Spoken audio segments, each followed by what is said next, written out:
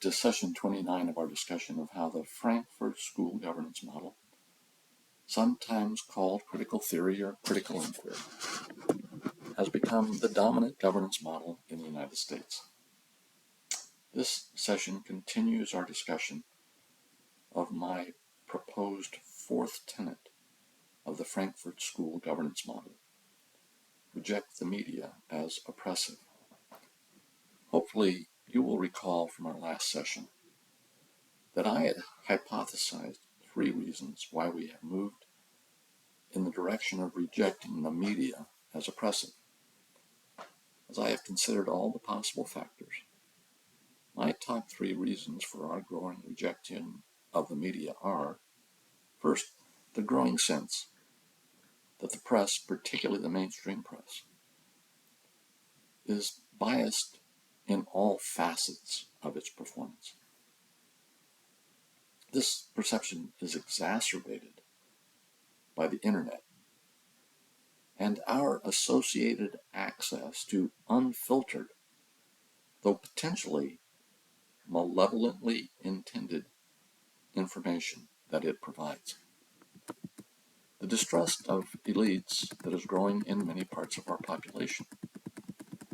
Much of the press is seen as part of the power elite structure that is sometimes believed to be trying to control our lives. And finally, and this is where the crossover with our growing rejection of virtues, religion, and science becomes obvious, our own polarization on issues of morality, science, and religion causes many of us to see the lens or see the press through our own partisan and polarized lenses. I want to dig into the first and second reasons together because I think they are inextricably linked. Reflecting on our nation's experience with the media, with the press, we know that through much of our history, the press was anything but fair and impartial.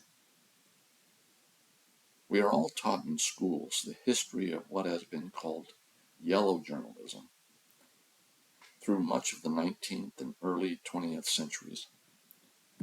More than just biased opinions, newspaper publishers like William Randolph Hearst were purveyors of fake news and were regularly paid by the highest bidder.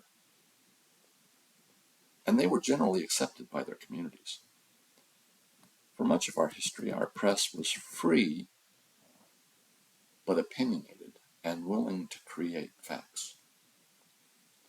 It was only in the 20th century that the government, and more importantly, the journalist community, took steps to police the free press because of the excesses of yellow journalism.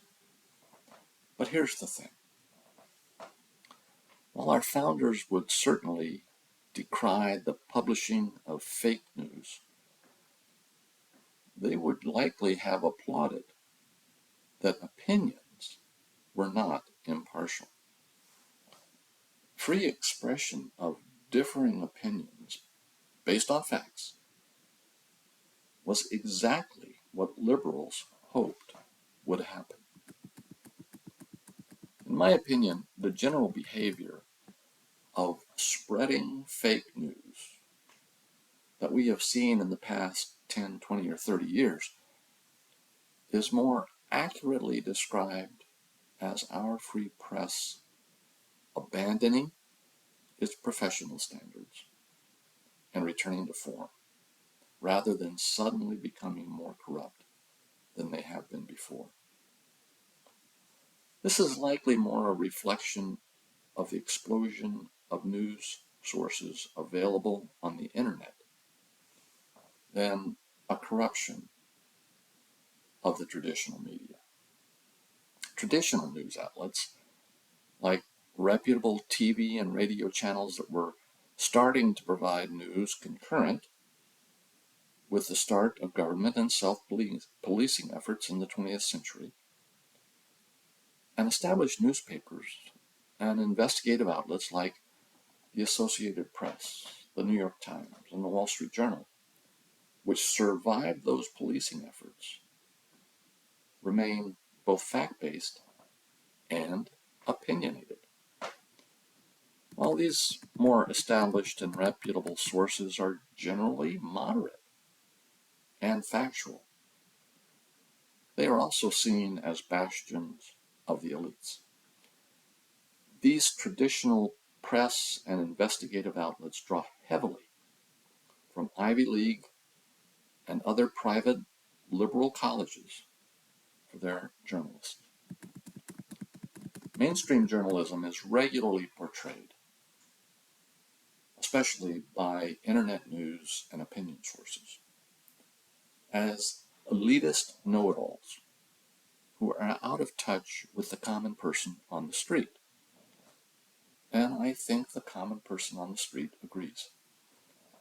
The person on the street is turning more and more to sources on the internet that are increasingly on the far right or the far left when it comes to opinions, and are simultaneously far less accurate factually.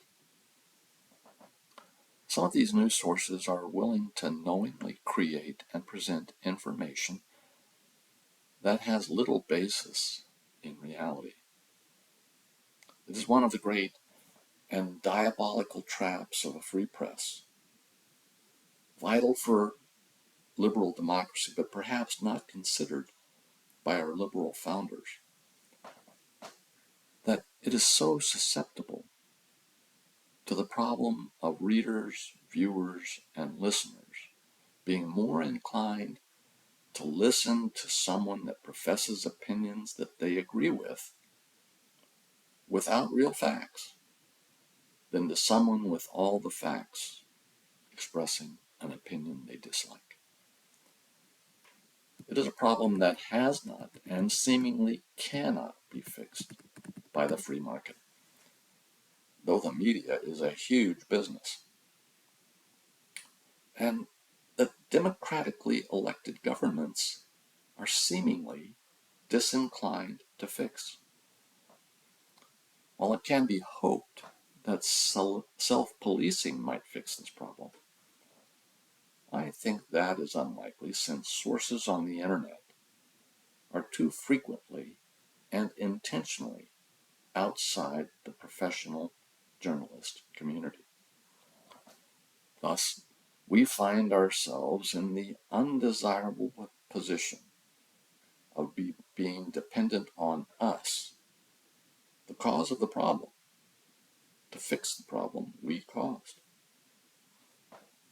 Just as I see our choices to reject science, morality, and organized religion as irreversible, I see the chances of our choosing to value real facts over opinions we agree with as slim or none. We are who we choose to be. We will wrap up our discussion of my fourth tenet of the Frankfurt School governance model, reject the media as oppressive, in our next session with a brief discussion of how our own polarization is affecting our view of our free press. Aloha.